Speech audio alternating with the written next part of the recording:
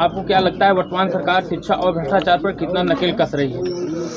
ये शिक्षा और भ्रष्टाचार पर बिल्कुल नकेल नहीं कस रही है, बल्कि भ्रष्टाचार को और बढ़ावा दे रही है। शिक्षा का जो ये कर रहे हैं, ये शिक्षा पर ये विशेष इनका प्रहार है कि पीडीए के लोग शिक्षित न हों, अशिक्षित रहें। यदि ये लोग शिक्षित हो जाएंगे तो शासन हम कहाँ करेंगे। ये लोग जितना ही अशिक्षित रहेंगे, शिक्षा से दूर रहेंगे, उतना ही हमारा शासन इन पर बढ़िया चलेगा। अगर हम बेरोजगारी की बात करें तो इस पर आपका क्या कहना है? बेरोजगारी चरम सीमा पर है। पिछली सरकारों की तुलना में जब समाजवादी पार्टी सरकार थी उस समय और इस समय में जमीन आसमान का अंतर है। इस समय बेरोजगारी चरम सीमा पर है, लोग त्राह त्राह कर रहे हैं। नेता जी, आपको पूछना चाहेंगे, प्रेम कॉन्फ्रेंस में योगी आदित्यनाथ जी ने अपने उपलब्धियों को गिनाया है, जैसे बिजली, पानी, सड़क, एक्सप्रेसवे, महिला सुरक्षा, कानून व्यवस्था, सरकारी नौकरी आदि से तमाम उपलब्धियों को गिनाया है। इस पर आपका क्या कहना है? देखिए, ये बीजेपी सरकार, पहली बात तो एक झूठी पार्टी है। अगर योगी सरकार जो भी कर रहे हैं, अगर उसकी सही से जांच हो तो लगभग 70% रॉन्ग पाए जाएंगे। और इस सरकार ने जिस तरह से बेरोजगारी, महंगाई और लोगों में अराजकता और जैसे कुंभ वाला ये सब आप देख रहे हैं कि ये सरकार इसमें माहिर है। और इस सरकार ने अब तक आपको जाकर हैरत होगी कि इस सरकार के कार्यकाल में लगभग 22 करोड़ आप जैसे युवाओं ने, हमारे युवाओं ने नौकरी के लिए आवेदन किया और इस सत्ता ने केवल 7.5 लाख नौकरी दिया है। 92 लाख लोग कहाँ जाएंगे, 92 करोड़ लोग कहाँ जाएंगे। पूरी तरह से ये देश एकदम अराजकता के चंगुल में आ गई है और देश को बचाने का ये हम लोग का अभियान है। और राष्ट्रीय अध्यक्ष जी ही हमारे देश को, प्रदेश को बचाने का काम कर सकते हैं। और योगी मोदी जी केवल अडानी अंबानी के लिए काम कर रहे हैं। और इनकी बातें जो भी हो उससे हम आप अगर मानते हैं तो हम आप इसका मतलब कि उनकी बातों में आकर बहक रहे हैं और हमको बहकना नहीं है।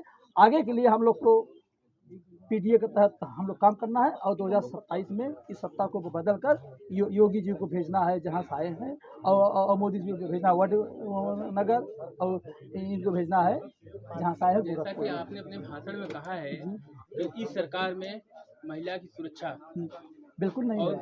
बेरोजगारी, हाँ, इस पे दोनों पे आपने चर्चा किया है। तो क्या और काम नहीं हुआ है? खाली और काम देखिए, और काम जैसे उन्होंने उपलब्धियां गिनाती है एक्सप्रेसवे पे, एक्सप्रेस वे जो हुआ है इनका, अभी भी आप जाइए जो हमारा राष्ट्रीय अध्यक्ष बनाए थे उस पर आप पानी लेकर बैठ जाइए, हिलेगा नहीं। इनके एक्सप्रेस भी जितने बने हैं सब फर्जी, जितने भी यहाँ पर पूरे देश में उनके कॉन्ट्रैक्टर हैं सब तड़ी पार हैं। वहाँ से आगे हैं आते गुजरात से, उसकी जो गुणवत्ता होती है उसको कम करते हैं। आप जाइए देखिए, कहीं कहीं जहाँ भी बड़े बड़े एक्सप्रेस वे हैं वहाँ पर गड्ढा हो गया है, वहाँ पर गुणवत्ता नहीं है। जो सड़कों पर काम होना चाहिए, रोड पर जो उनका व्यवस्था होना चाहिए, सड़कों पर दुकान डलिया ये सब लगभग 50 किलोमीटर वहाँ पर कुछ भी नहीं है। और रही महिला वाली बात, तो महिला के योगी सरकार में अब तक इनके सत्ता में अब तक कम से कम 1,71,900 से ज्यादा महिलाओं का अपराध हुआ है। कितने दिन में? कितने दिन में?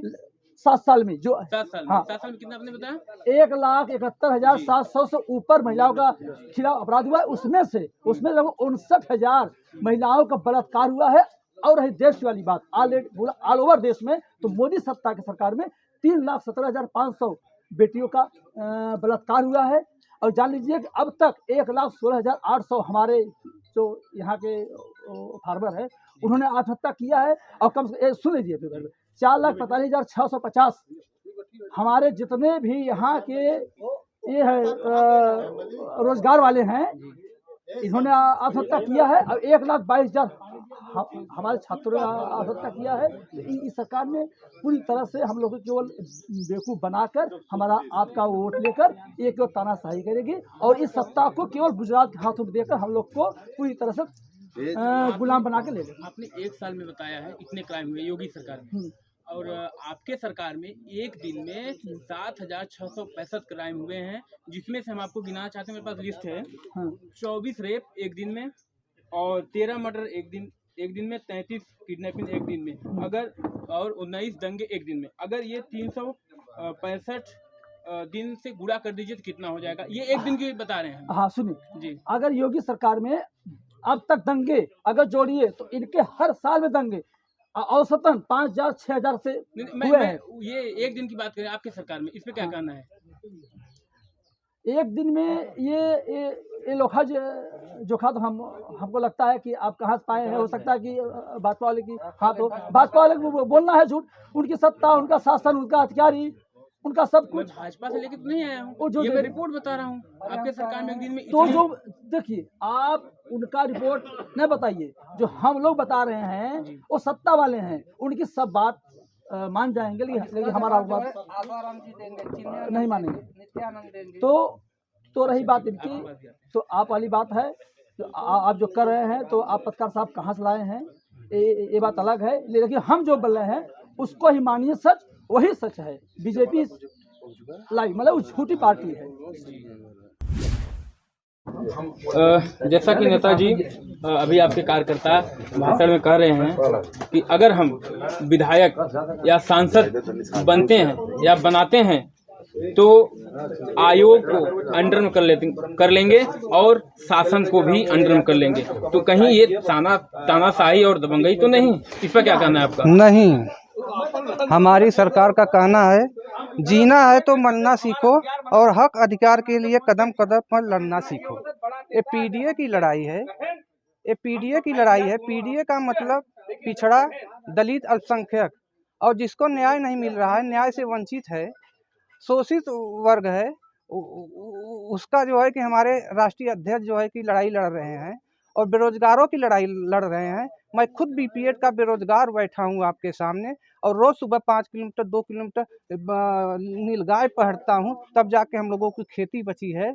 और नेताजी मैंने इस पे सवाल नहीं किया, मैंने कहा जो आपके कार्यकर्ता भाषण में कहे हैं अगर हम विधायक सांसद बनते हैं तब आयोग को अंडर में करेंगे, शासन को भी अंडर में करेंगे, तो यह तानाशाही हुआ, दबंगई हुआ? तानाशाही कहाँ हुआ? देश कैसे चलाया जाएगा? देश संविधान से चलाया जाएगा। संविधान की लड़ाई लड़ रहे हैं, संविधान के नियमानुसार चलेगा, बाबा साहब के अम्बेडकर के अनुसार चलेगा।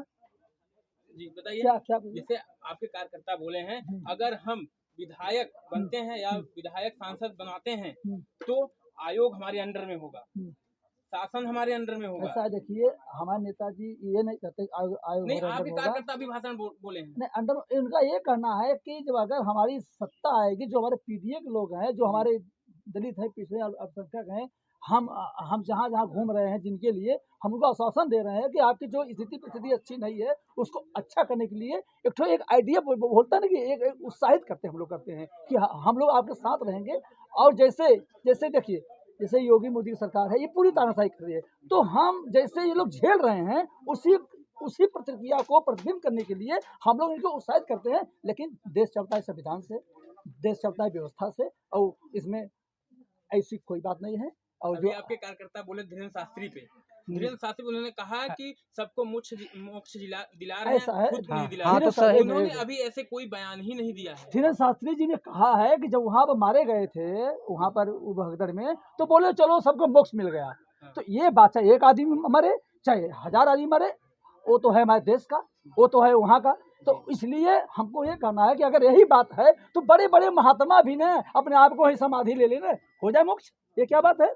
आप अगर एक आम जनता कहेंगे तो सवाल खड़ा होगा, चाहे राष्ट्रपति हो और चाहे साधु हो और चाहे हम हो चाहे आप हो। धन्यवाद। धीरेन्द्र शास्त्री जो है कि पाखंडी है, धीरेन्द्र शास्त्री पाखंडी है। क्योंकि आप ये कैसे कह सकते हैं? क्योंकि हजारों की लाखों हम कह रहे हैं कि कबीरदास ने कहा है कि यदि मुड़ मुड़ाए हर मिले तो मैं मुड़ मुड़ाए हर मिले सब कोई लियो मुड़ाए, बार बार के मुड़ते भेड़ न बैकुंठ जाए। क्या तो धर्म के विरोध कर रहे हैं? नहीं, धर्म का विरोध नहीं कर रहे हैं। यह धर्म में जो लिखा गया हमारे जो है, जिनका हमको किताबों में पढ़ाया गया है, हमारे हाई स्कूल में, इंटर में, आप इसको पढ़ लीजिए। हम वही बता रहे हैं, हम धार्मिक हैं, हम धर्म को मानते हैं। लेकिन सबसे पहले हम अपने देश को मानते हैं, सबसे पहले हम देश को मानते हैं। धर्म से बड़ा देश है, धर्म से बड़ा देश होता है, मातृभूमि होती है। सिख धर्म में बाल कटवाना वर्जित है, लेकिन अपने देश के लिए मैं बाल तो क्या गर्दन भी कटवा सकता हूँ, भगत सिंह ने कहा था। तो हम उनके फैन हैं, भगत सिंह के फैन हैं। हाँ। 27 में हमारे राष्ट्रीय अध्यक्ष श्री अखिलेश यादव प्रदेश के सीएम बनेंगे और 2024 में हमारे राष्ट्रीय अध्यक्ष जी ने ये पीडीए जो नाम दिया, उन्होंने दलित पिछड़ा अल्पसंख्यक, उन्होंने दलितों पिछड़ों अल्पसंख्यकों की जो है पीडीए पखवाड़ा किए, जिसका देन था 2024 में हमारे देश की तीसरी पार्टी समाजवादी पार्टी हिंदुस्तान की तीसरी पार्टी बनकर उभरी है। हटाओ रोजगार पाओ, भाजपा हटाओ सम्मान पाओ, भाजपा हटाओ महंगाई कम करो।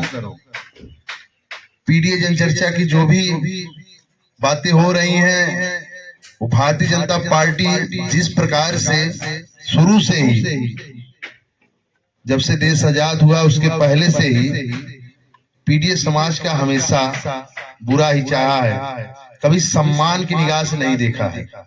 अगर उनको जरूरत पड़ी आपकी, तब तो आपका पैर भी पकड़ के धूल के पी लेंगे।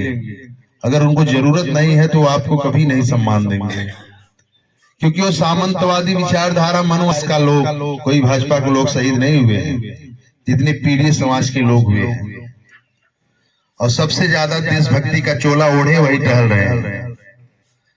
तो आप लोगों से निवेदन करने हम सभी लोग आए हैं कि जिस प्रकार से 2024 के चुनाव में आपने देश का संविधान, बाबा साहब का संविधान बचा लिया, अपने बच्चों का भविष्य कहीं ना कहीं थोड़ा बहुत बचा लिए।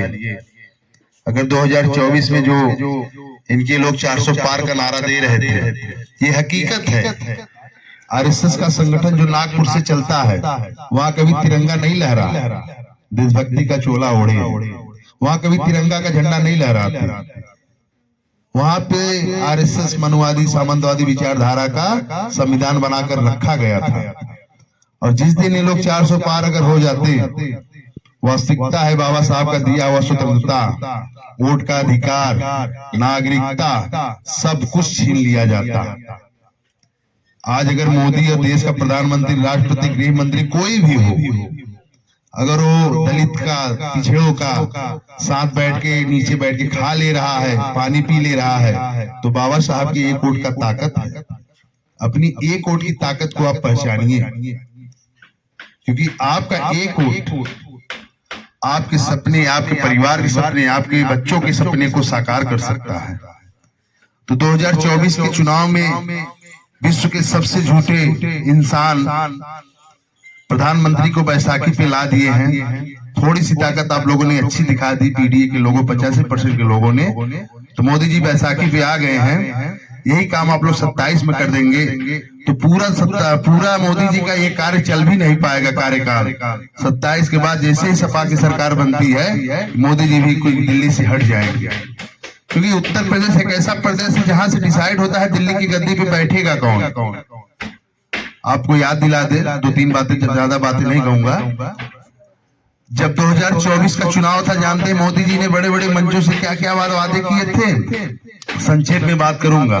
2 करोड़ रोजगार की बात किया था, महंगाई कम करने की बात किया था बड़े बड़े मंचों से, और हमारी जनता को बलगरा ले गया। लोगों को लगा कि अब तो महंगाई कम हो जाएगी, बच्चों को, नौजवानों को लगा अब तो रोजगार मिलेगा, लेकिन ना रोजगार मिला, ना तो महंगाई कम हुई, बल्कि भ्रष्टाचार बढ़ गया। नौजवान साथी बेरोजगारी के नाते आत्महत्या भी कर रहे हैं। 2019 का चुनाव उसने कैसे लड़ा? अभी कल ही 14 फरवरी था ना, कल उसने देश में, बताइए, भारत देश, इतनी एजेंसियां हैं, 300 किलो RDX आया कहां से? पुलवामा अटैक, जो हमारे 42 जवान शहीद हुए हैं, उसमें ज्यादातर पीडीए समाज के थे। पुलवामा अटैक करा के हमारे देश के गरीबों, मजदूरों, पीडीए समाज के लोगों को उसने इमोशनली गेम खेला। पुलवामा अटैक करा के उसने फिर 19 वाली सरकार बनाई। इस बार राम के नाम पे हर बार हर मुद्दे का चुनाव उनका क्या होता है? केवल आपके साथ इमोशनली, हिंदू मुस्लिम। जरा सोचिए आप लोग दिमाग से, बुद्धिजीवी लोग सभी हैं, मौर्य समाज बुद्धिजीवी समाज माना जाता है, तो मौर्य समाज को समझना होगा कि जब देश का प्रधानमंत्री, राष्ट्रपति द्रौपदी मुर्मू जी हिंदू है, गृह मंत्री हिंदू है, प्रधानमंत्री हिंदू है, कई प्रदेश में इसका मुख्यमंत्री हिंदू है, तो हिंदू खतरे कहाँ से आ गया? बोलते हिंदू खतरे में है। एक जमाना वो था जब देश का राष्ट्रपति कलाम जी आज हमारे बीच नहीं, मिसाइल मैन के नाम से जाने जाते हैं, वो मुस्लिम थे, प्रधानमंत्री सिख थे, यहाँ के मुख्यमंत्री क्या थे? पीडीएस समाज के थे। तब हिंदू खतरे में नहीं आया था, लेकिन अब हिंदू खतरे में आ गया है। खतरे में ना तो हिंदू भाई है ना मुस्लिम भाई है, खतरे में हमारी आपकी स्वतंत्रता, बाबा साहब का संविधान खतरे में है। इस बात को आप लोग को समझना पड़ेगा, और इसलिए समझना पड़ेगा कि आने वाला समय अगर 27 में फिर से अगर हम लोग चूक गए, तो जिस प्रकार से समाजवादी पार्टी के राष्ट्रीय अध्यक्ष अखिलेश यादव जी लगातार मुंह तोड़ जवाब दे रहे हैं, शायद वो भी मौका छीन लिया जाएगा। अब आप लोगों के अंदर ताकत, क्षमता सब कुछ है, सब चीजें आप लोग देखते हैं। मीडिया बिक चुकी है, कार्यपालिका, ये जान लीजिए सारी सरकारी तंत्रों पे इन लोगों ने कब्जा कर रखा है, ईडी सीबीआई के दम पे। मौर्य समाज के नेता को, मौर्य समाज के केशव प्रसाद मौर्य बोल दे, एक जवान किसी समाज, अपने समाज के उद्धार के लिए, अनुप्रिया पटेल जी बोल दे, राजभर जी बोल दे, संजय निषाद जी बोल दे, कोई नहीं बोल सकता, क्योंकि सबको पता है हमारी फाइल तो वहीं रखी गई है। जैसे कुछ बोलेंगे सीबीआई लग जाएगी, जेल में चले जाएंगे, इसलिए कोई बोल नहीं पा रहा। अगर कोई लड़ रहा आपके हक अधिकार के लिए, जहां भी दलित और पिछड़ों के साथ अन्याय होता है, पार्टी के नेता कार्यकर्ता लगातार लड़ाई लड़ने का काम करते हैं, जेल तक जाने का काम करते हैं। तो पहले तो हम लोग, हमारे पूर्वज अंग्रेजों से लड़े थे, गोरे अंग्रेजों से, अब जरूरत है काले अंग्रेजों से लड़ने का, क्योंकि ये लोग हमेशा अंग्रेजों की नीतियों पे चले हैं, फूट डालो राज करो, अलगाव करो राज करो। 85% में भी रहे लोग फूट डाल के राज कर रहे हैं। इस बार काले अंग्रेजों को अगर भगाना है तो एकजुटता दिखाइए और समाजवादी पार्टी को मजबूत कीजिए। आप लोग बहुत बहुत धन्यवाद। जय हिंद, जय भारत, जय। अमित शाह ने 20 सदन में, जहां से हमारे आपके गरीबों के लोगों का भाग निर्माण होता है, वहीं पर बैठकर जिस संविधान के तहत वो गृह मंत्री बना हुआ है, हमारे बाबा साहब अम्बेडकर जी को अपमान किया है और कहा है, सब जानते हैं। अब टीवी देखिए, पूरे देश, पूरी दुनिया इस पर हाहाकार मचा हुआ है कि जिस बाबा साहब अम्बेडकर जी को पूरी दुनिया पूछती है, उनके पढ़ाई का कोई अब तक पूरे संसार में कोई जोर नहीं है। जो पढ़ाई वो पढ़ के बैठे हैं, जैसे संविधान बना दिया है, अब इस संसार में कोई नहीं बना पाएगा। उस व्यक्ति को कहता है कि आप अम्बेडकर अम्बेडकर अम्बेडकर कर रहे हैं। कितनी शर्म की बात है, कितनी कष्ट की बात है कि जिस बाबा साहब अम्बेडकर ने आपको संविधान दिया और जिसके तहत वो कुर्सी बैठा है, उसी पर छेद कर रहा है। ये वैसा है क्या आप उन्हें अपने थाली में खिलाएंगे, उसी को छेद करते हैं ये लोग। आप लोग उठना होगा, जागना होगा। हमारे नेता लोग हैं, आप लोग को अच्छी अच्छी और बातें भी बताएंगे। समय कम है, आप लोग का इशारा ही काफी है। बस एक बार आप लोग से निवेदन है कि आप लोग जिस तरह से यहाँ पर जितने भी हमारे युवा साथी हैं, दोस्त हैं, मित्र हैं, सबको तैयार होना पड़ेगा। हो सकता है कि घर में बैठी हमारी बहन बेटियां माताएं उसकी हकीकत न जानती हों, लेकिन जो यहाँ पे इंटर है, बीए है, बीएससी है, एमएससी है, जो लोग अपने आप को हीरो मानते हैं, हम ये हैं। अब अभी देखिए आजकल के युवा लोग गाड़ी लेकर ऐसे चलते हैं, हीरो है। हीरो नहीं है आप लोग। अगर जब तक सत्ता नहीं बदलेगी, आने वाला कल आप सब जीरो हो जाएंगे। बस यही कहना चाहता हूँ, अधिकार चाहे तो लड़ना सीखो, अधिकार चाहे तो लड़ना सीखो, पग पग अड़ना सीखो, जीना है तो मरना सीखो। जय भीम, जय भीम। तो इनके लिए सिर्फ गोली मरवाने की सीधा और दूसरा उपाय नहीं है। क्यों भाई, आप सोशल आ रहे हो ना, पहाड़ी में रहो, नंगे रहो, कैसे हो जैसे भी रहो, लेकिन यहाँ आ रहे हो तो तुम्हारा एक कानून अलग है। किसी को कुचल के किधर भी से निकल जाओगे, तुम्हारे लिए कानून नहीं है और सबके लिए कानून है। तो ये सब हम लोग अंधविश्वास में जब तक रहेंगे, जहाँ भी रहेंगे, कुछ भी नहीं हो पाएगा। अंधविश्वास त्यागिए। ईश्वर ने आपको तर्क बुद्धि दिया है, बिगर तर्क का, बिगर उसमें विवेक का आप कुछ भी मत करिए। कहीं भी पूजा पाठ करना है, कुछ भी करिए। और उसके बाद सबसे बड़ी बात है कि अगर आप सत्ता में रहेंगे, आपका हक तभी मिलेगा जब आप सत्ता में रहेंगे। सत्ता की चाबी आपके पास रहेगी। सफलता की एक कुंजी सत्ता होती है। और सत्ता आएगी तब हम लोग। एक बात और ध्यान दीजिए, पीडीए वाले कभी किसी के साथ अन्याय नहीं करते हैं। वो अपना नहीं पा रहे हैं, जबकि वो अपना नहीं पा रहे हैं तो दूसरे का कैसे छीनेंगे। चाहे कहीं भी पीडीए के जो भी हमारे वरिष्ठ नेतागण हों, चाहे जो भी हो, कहीं भी वो न्याय।